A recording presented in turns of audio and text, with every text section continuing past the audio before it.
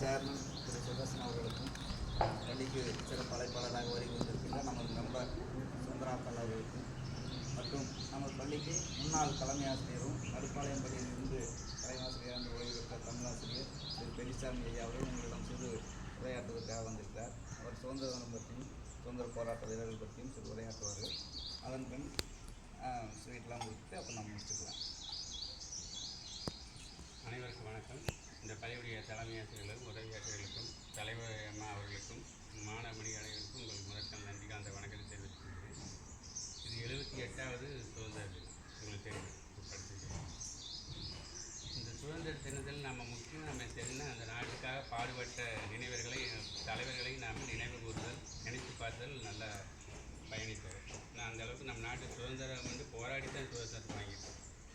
அது அவங்க பெற்ற சுதந்திரத்துக்கு அவங்களாக எவ்வளவு கஷ்டப்பட்டாங்க அப்படிங்கிறத நீங்களாம் உங்களுக்கெல்லாம் தெரியறதுக்கு வாய்ப்பு இல்லை. எங்களுக்கே தெரிய வாய்ப்பு. நாங்களே புத்தகத்தை படித்து தான் தெரிஞ்சுக்கிறோம். எத்தனையோ தலைவர்கள் தங்களை உயிரை கொடுத்து தான் சுதந்திரத்தை நான் வாங்கியிருக்கிறோம். எல்லாருக்கும் தெரியும். பகத்சிங் தெரியும், வாஞ்சிநாதன் தெரியும், காமராஜர் தெரியும், காந்தி தெரியும், நேரு தெரியும். இதை விட நிறைய தலைவர்கள் நம்மளுக்கே ஆசிரியர்களே நிறையா பேருக்கு தெரியாத தலைவர்கள் நிறைய பேர் இருக்கிறாங்க.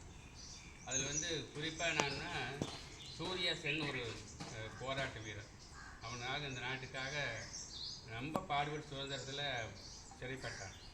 அவனை கொண்டு என்ன பண்ணாங்கன்னா அந்தமான் தீவு கடத்திட்டாங்க.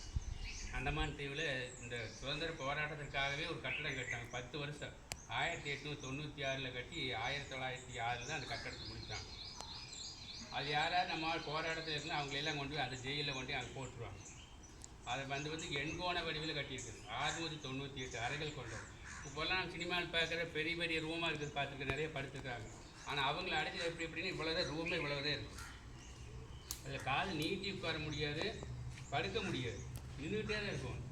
6 மாதத்துக்குள்ளேயே தான் இருக்கணும். சூரிய வெளிச்சத்தை பார்க்க முடியாது, பல்லு விளக்க முடியாது, வெளியே போகணும், ரூம்குள்ளேயே தான் இருக்கணும். ரூம் பாத்ரூம் வந்தாலும் மண் பாத்திரம் கொடுப்பாங்க. அது சாப்பாடும் மண் பாத்திரத்தில் கொடுத்தா உள்ளே கொடுப்பாங்க.